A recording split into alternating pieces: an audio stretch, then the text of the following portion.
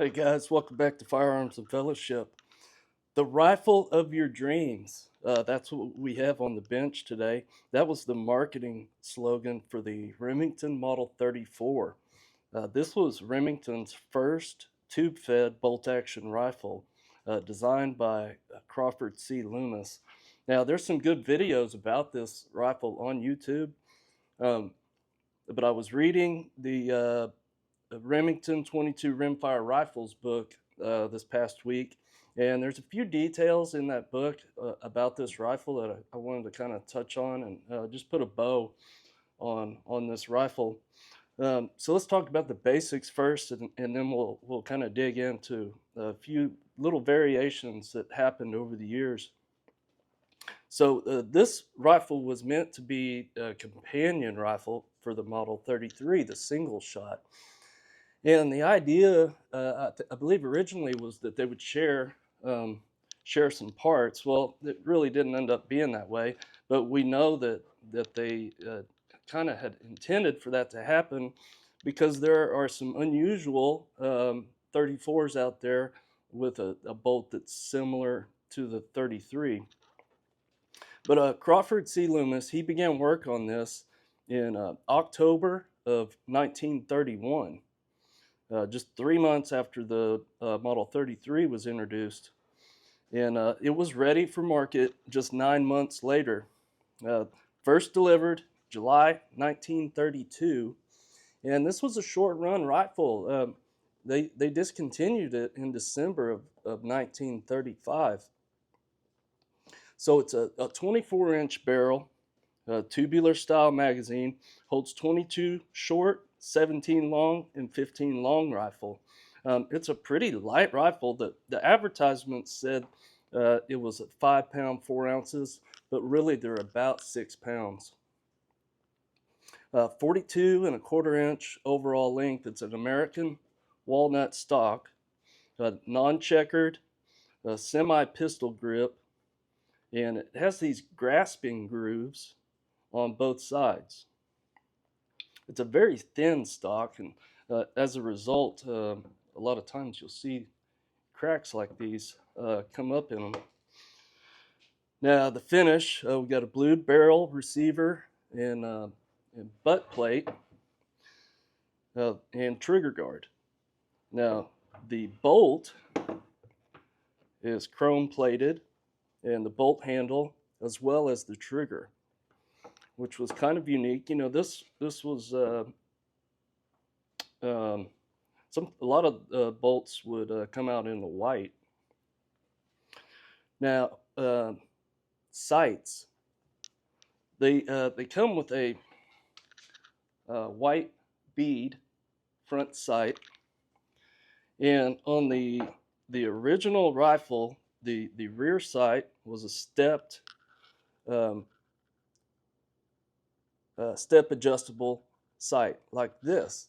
However, on the early versions, they were screwed in, whereas this one they used a swagging process. That came in later. Now, in certain variations, they will not be cut here. We'll talk about that in just a little bit. Now, there was well, let's talk about the safety. The safety is kind of unique. It's thumb operated on the side, uh, but rear is fire and forward is safe, which is kind of confusing. Most rifles aren't that way, and possibly even a little bit dangerous. Now, for the rear sights, they originally came out with the step adjustable. In early 34, you could order the 34A, the original model, with a Lyman 55R. Now, eventually, they renamed that configuration to the 34P. That happened in 1935, and then there was also in March of 1933 they offered the NRA Target model. Now, the Target model was available with the 55R sight, or some of them came with the 55RWS. And I've got a picture of each of those so we can kind of see the difference.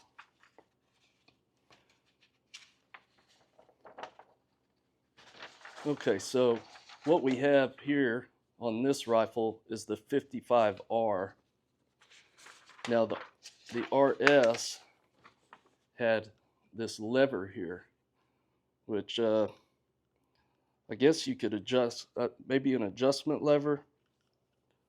So yeah, there was two rear peep sights available. Now on the NRA Target and the 34P, some of them would be cut and some wouldn't. The notes say, let's see here.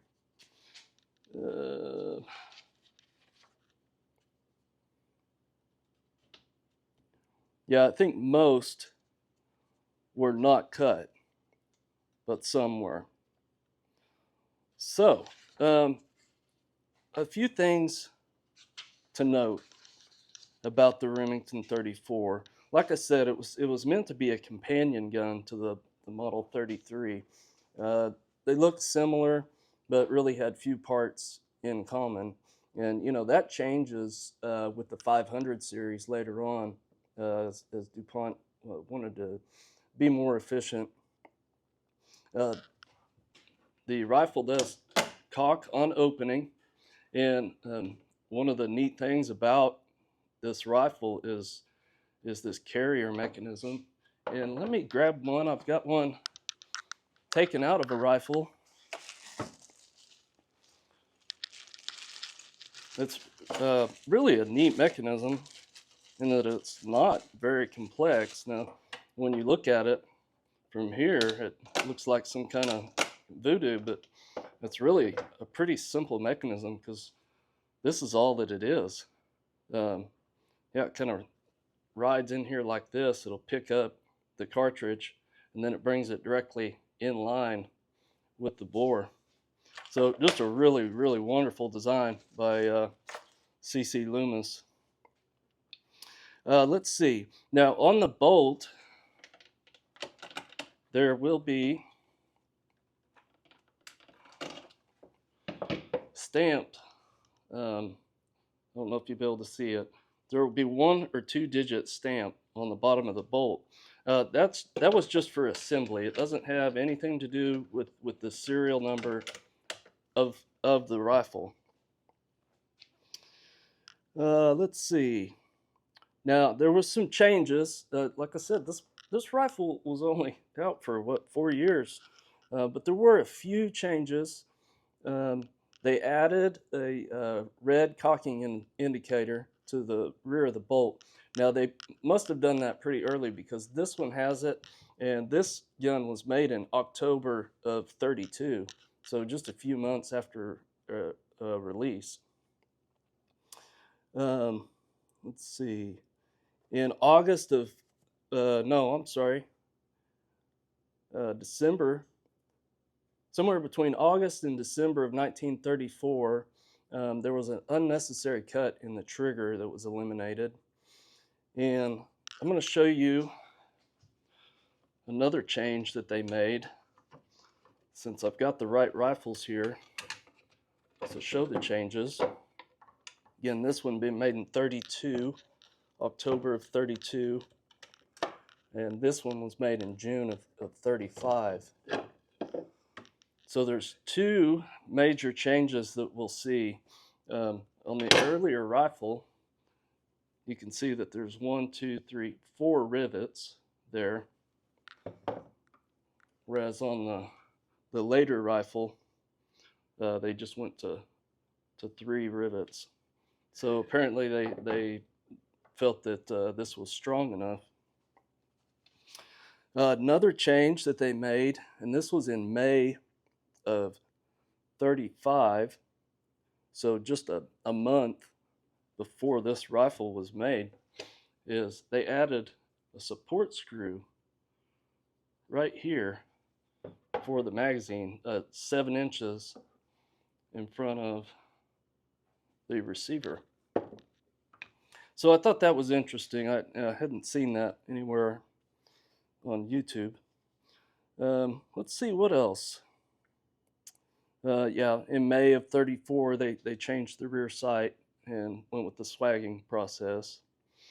Let's talk about pricing on these. Now, this came out of called Doug Gravitt, the he does all the handles all the research over at RSA, and he sent me this, and this shows development cost, tooling cost, the factory cost per rifle, wholesale price, retail price, and then we get an idea of the sales numbers here. Now, there's no data on how many NRA versions were sold and how many PEEP versions were sold. It's just not available. Um, there's nothing in the RSA archives that indicate any of that, but we can see how many were sold over the years. And of course, the price changes. They went up a little bit in price and then came down. Let's see, what else do we have here?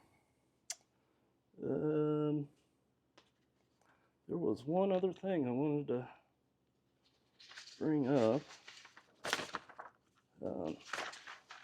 Now here's a picture showing the original sight with the screws that would have been the same on the 33 and the 34.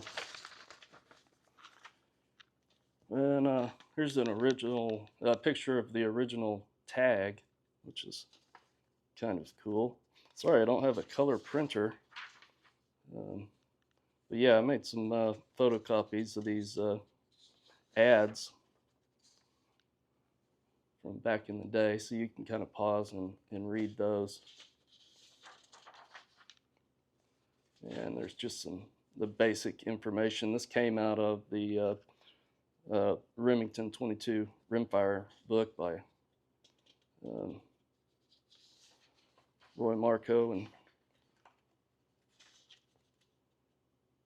so yeah, but yeah, that was just a couple things that I hadn't seen